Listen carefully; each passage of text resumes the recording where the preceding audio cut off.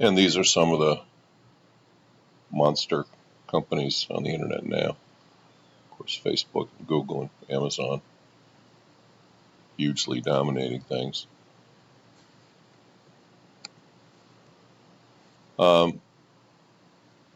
These are data I got from a course I took at the Internet Advertising Bureau, the IAB, which is the trade association for internet advertising. I highly recommend. I'm going to show you their site in a minute, but it's a great organization. They're right here in the city. They have wonderful training.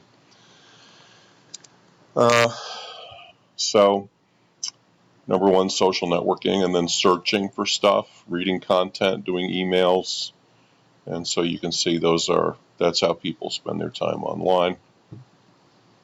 You know, interestingly, I was interested anyway to see that in the training at the IAB relating to how to sell advertising on websites, they used the purchase funnel quite a lot. Here they're calling it the digital marketing sales funnel. And so in telling advertisers what they need to do, whether it's search or whatever the case may be, or banners on certain sites, or, they relate it to the purchase funnel. And obviously search is a great place to create awareness, right? I mean, just think about it.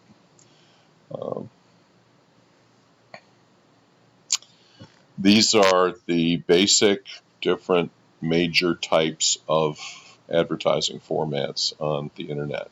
And we're going to talk a little bit about each one of these now. But before I do, I want to kind of plant a key concept with you guys. And I think we've talked about it before once or twice. Basically, the concept is cost per thousand versus cost per click. This dichotomy, that's a word I haven't used in a while. Well, that's exciting. Exists really with all advertising, but more with the internet than anything else because it's so measurable. It's like advertisers say, well, look, if you're selling yourself because we can measure all this action because people click on things with you. They don't click on things when they're reading a magazine or watching a TV show or listening to a radio ad or watching or driving past an out-of-home ad. There's nothing much to click. But with you, internet, they can click. So if you're saying you're so wonderful because you're measurable, well, we're going to ask you to put your money where your mouth is, and we're going to pay you based on clicks.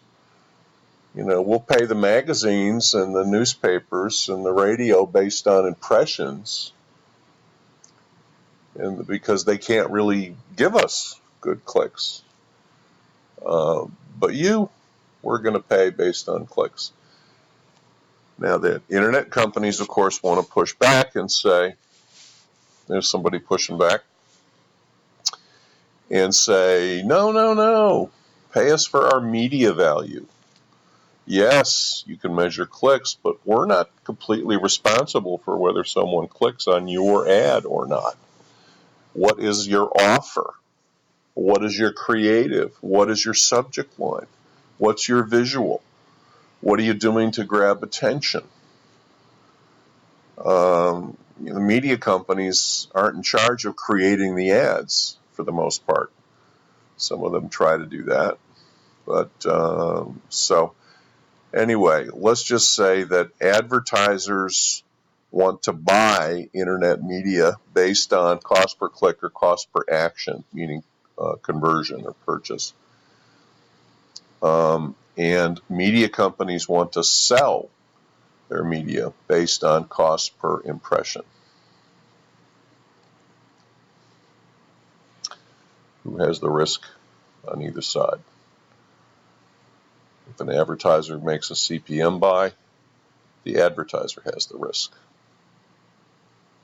If the advertiser makes a CPC or a CPA buy, the media company has the risk. So how is the risk split?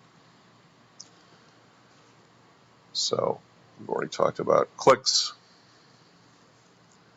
impressions, Every time a web page loads with your ad on it, that's an impression, even if your ad is at the bottom of the screen. So it says it tells how often your ad is being seen, but it really just is counting the web page with the ad on it being loaded. How many people click on the ad relative to the times it was shown is your click-through rate. Okay, search. Well, it's Google, Google, and Google, Google, Google, and Bing, pretty much. There are two basic kinds of search advertising. There are paid listings, where the advertiser pays the search engine based on how many people click their name of their company when it comes up in a search.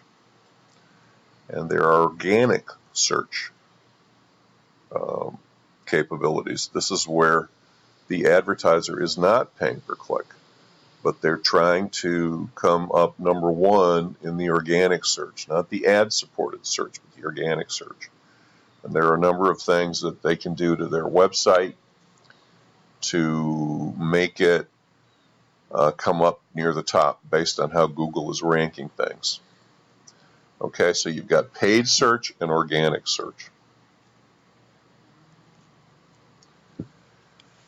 And what's called PageRank, it's actually named after Larry Page, one of the founders of Google. And it was these algorithms done by Larry Page and Sergey Brin, the two founders of Google, when they were, I think, in Stanford graduate school. The search algorithms they built, the code that they wrote directing how Google searches was, and will be probably for a while. It's how it's Google's USP, right? Everyone knows that there's no other search engine that is as good as Google, and there hasn't been ever since they were launched. And when they first launched, I remember friends who were, internet savvy telling me at the time, this is some time ago, well, don't search on, Yahoo or wherever you're, MSN or wherever you're searching. Haven't you heard of this thing called Google? No, you got to Google it. And Google becomes a verb, and the search results are so good. And they're so good because of the way the search algorithms are built. And they're referred to as PageRank. And one thing they do is count the number and quality of links to a page from other sites to determine how important a website is. The assumption is more important websites have more links from other websites. It's not the only algorithm, but it's the first one that they use. They also track words associated with whatever the category is. So if you use those words a lot in your site, that will make a difference. But they change their algorithm, and they don't just sit on it. They keep perfecting it and trying new things. And but at the heart of Google is this USP, better search than anyone else, and they deliver it because they have formulas that other people don't have. So with the organic or earned search engine optimization, you are placing keywords in your website, and you're backlinking, you're hyperlinking from your website back to other sites to do well with the PageRank algorithm. You have relevant content, and what you're trying to do is get on the first page, at least, of the organic search results. I mean, if I asked people to raise their hands, how many people go to the second page of search results and click on anything, I would think might not be a lot of people. And then the paid search is where you're doing pay-per-click bidding on AdWords. So based on your category, furniture, Adirondack chairs, whatever it is, you are choosing the search words that you want to bid on Google's platform. You're set a daily budget about how much you're going to pay per click, and then you come up with a monthly budget. And when your budget's spent, then you're done. But up till then, if you bid higher than other people for those words, anyone who clicks who searches for those words and clicks on you, you're going to pay whatever you bid. And the website here is, I think, the search word. I'll have to, let's see if it'll work. I don't know. I'm taking a risk here, but what the heck? What's life without a risk or two? So you're going to work. Well, it was going to take us to the ad platform, but we already talked about it. So, of course, search advertising can be its own, well, pretty much its own topic for a class. We just did it in a few minutes, but that's the basic idea: is organic or earned and paid search based on, paid search is based on words. Organic is based on doing things to your website that make it come up high in the search algorithms used by Google. Display advertising is the other huge kind of advertising. It's all across the internet. It's banners, expanding ads, rich media ads. Banners were the first kind of ads on the internet. The IAB, the Interactive Advertising Bureau, came up with standard sizes. And the 728 by 90, that's pixels, 728 pixels wide by 90 pixels high. That's what that means.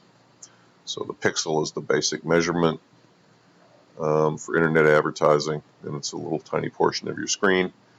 And here are the basic standard dimensions. Now, I just want to note in passing that these banners, well, I'll ask you, what other kind of advertising do they remind you of? And I'm going to say it's not so much print because you don't see a lot of copy on banners. They remind me of outdoor ads a little bit. Sort of outdoor ads on the information superhighway, if you will. Okay. Now, banners are just like out of home. It's a flat visual. There's no movement. There's no sound. And it's uninvited. You're driving along the information superhighway and these darn things pop up. Rich media takes it a little farther, and let's maybe hope this link will work here. We'll show you what rich media ads are.